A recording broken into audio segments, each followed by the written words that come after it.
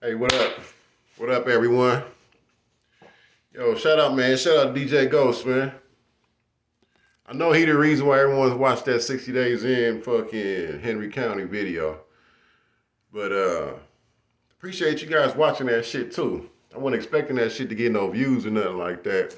Don't none of my videos get no views and shit like that. So I'm like, yo, I was tripping out on that. But anyway, thanks you guys for watching and shit, liking, whatever. Commenting, even though you was like, yo, that shit ain't fake, that shit real, I don't believe you, da da da. Thanks, man, anyways. But look, first of all, after that, so second of all, let me just say, all you kids, teenager, whatever, if you're watching this, hey, jail is for the birds, man. That shit is not fun. That shit is not cool. Like that ain't something where you really want to be like, I don't give a fuck if your uncle's been there or your homie's been there, your older homie's been there, your cousin's been there, your dad, mom.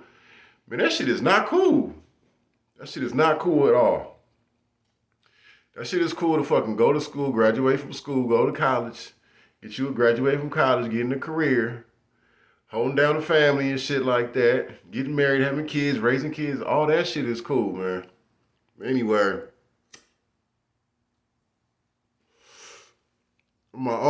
just want to talk about my own little experience last year in Henry County. Well, in this last week. So like I said, last year, I was there from like April 5th. I got bonded out like May 26th. So it was like almost 2 months, like just under 2 months. So I ain't talking about the whole shit, just a few little things. This is kind of comparison with the little reaction shit I've been watching. So where I was at, everybody was in red. It was like a violent offender, felony violent offender pod. I want to say it was D pod. It was C pod or D pod. I can't remember because it was like one up above. There was I think it was like E. But the one above us was like straight gang banging. Y'all niggas going to prison. Y'all going down the road and shit. Ain't no way around it. This is what y'all doing. Second, third time parolees and shit like that. Now where I was at, it still was parolees and niggas been in chain gang and shit like that. I never have. I ain't never been in prison. Uh, but it was still. The pod was. It was all rooms, 2 tiers, stairs all the way in on the end to the right, and then stairs when you come in to your left by the showers. Showers right there to your left when you come in. And then you got the yard. It's a little tiny ass yard and shit. It's probably like 30, it's like 15 yards by 15 yards kind of shit. So you could be walking a little circle like that all day on the yard. Well, I ain't gonna say all day, but when you get a chance. So anyways, when you go, you to your left is the showers, top tier, bottom tier, top tier. Then all the rooms around, boom, boom, boom. You got the tables in the middle and shit. You got a bunch of metal tables in the middle and shit, like lunch tables or whatever, spades tables and shit that are metal. And then you got the phones against the wall. It's probably like 8 phones against the wall. Then on the top tier, right above the control center and shit, on the bottom, you got 3 video screens for the video calls for your visitors from your family or your lawyer. Your lawyer's actually in the cut in the room, in a private room where you can close that shit. So anyways, motherfuckers was fighting in there. The one get down, I saw one.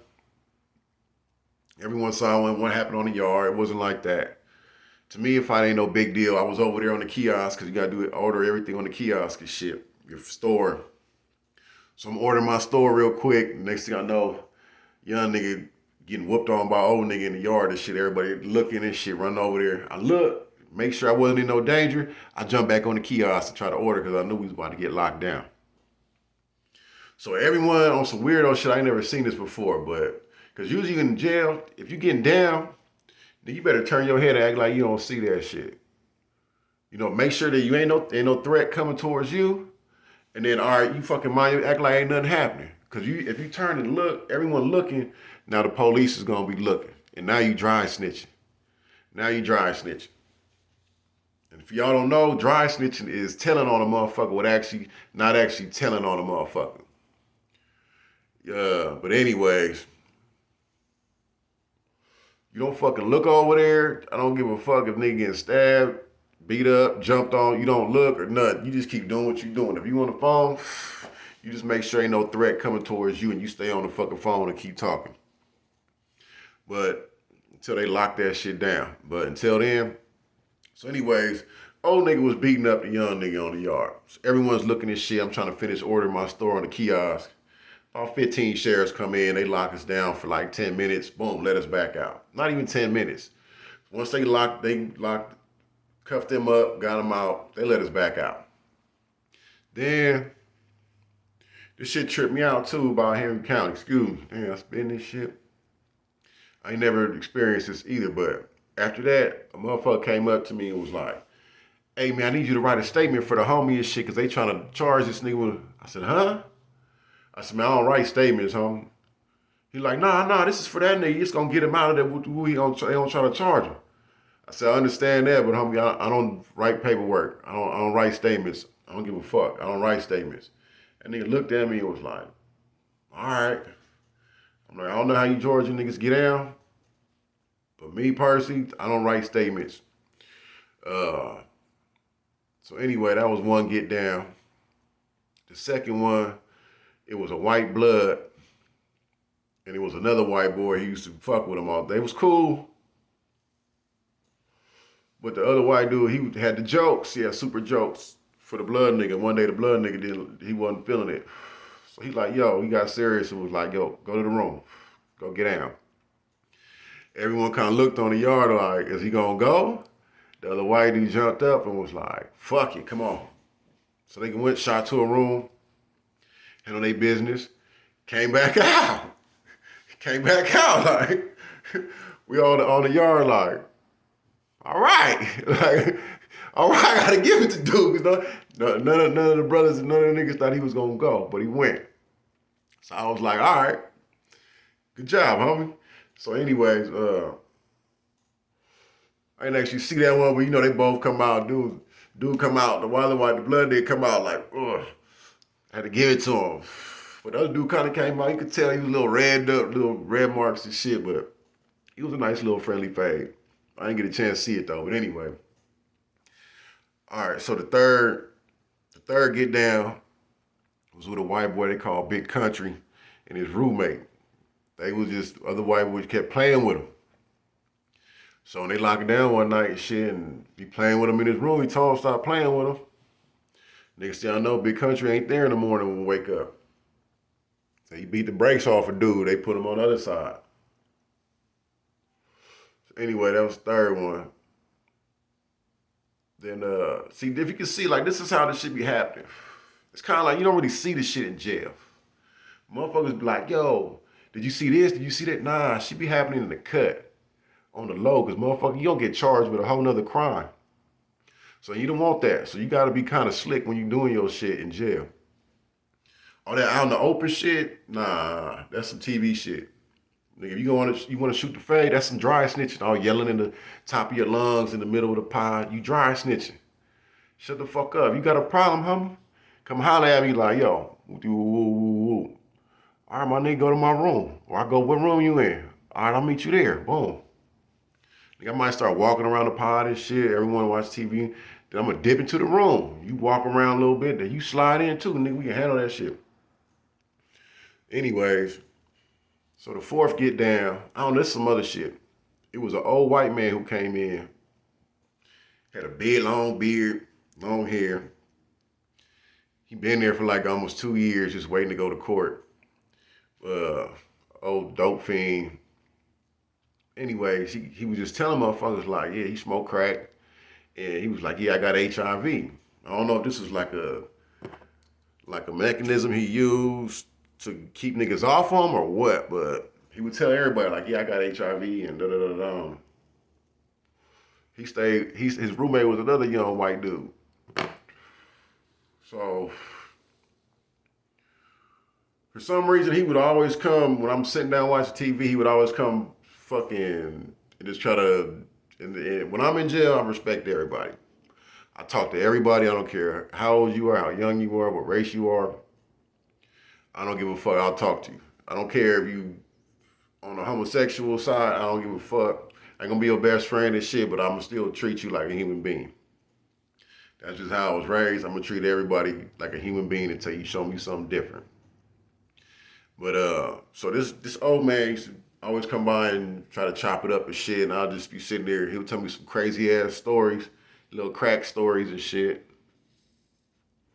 And I'll be watching TV, kind of look like, all right, he would hang out with the older white man and shit every now and then. But I kind of had to like, like don't cross the line, old man. But he was just cool telling me, fucking, anyways. One night, fucking, I'm on the phone and shit.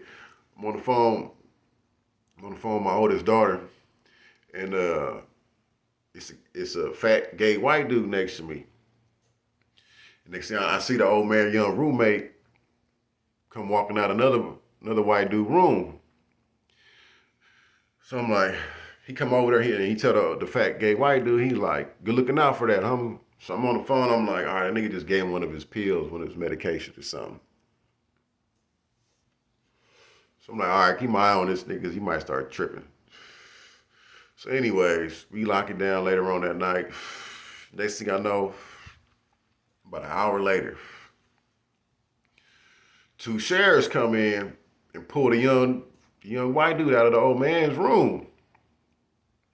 And shit, his hair all fucked up. They got him, they walking him out and shit. He just like, you can tell he's high as a kite. Fucking, I'm like, what the fuck? Anyway, I go to, that night passes, wake up in the morning, we come out. I'm sitting at the table and shit, watching TV, and the old man comes sit down, he's like, man, nobody heard me screaming last night? I look at him like, nah. He was like, man, I was banging on the door and screaming and nobody fucking sent help. I was like, I don't know. In my head, I'm like, I don't know what you thought I was going to do, man, but you on your own, old man. He was like, man, I was assaulted. My roommate assaulted me last night. I'm like, so in my head, I'm kind of putting two and two together like, that young nigga just raped this old man with HIV. So I'm like, what the fuck? He like, yeah, he assaulted me and no. I'm like, whoa. I said, man, TMI, homie, TMI. And he's kind of upset, but I'm like, yo, I don't know what you thought I was going to do, man, but I'm not saving anybody in this motherfucker. I'm here on my own, brother. So anyway, this young nigga sexually assaulted this older man with HIV. That shit still trips me out. But that was the fourth get down. I think that was it. I got bonded out like about a week after that. Anyways, that was just a little bit like a few things that happened in Henry County when I was there last year. All right.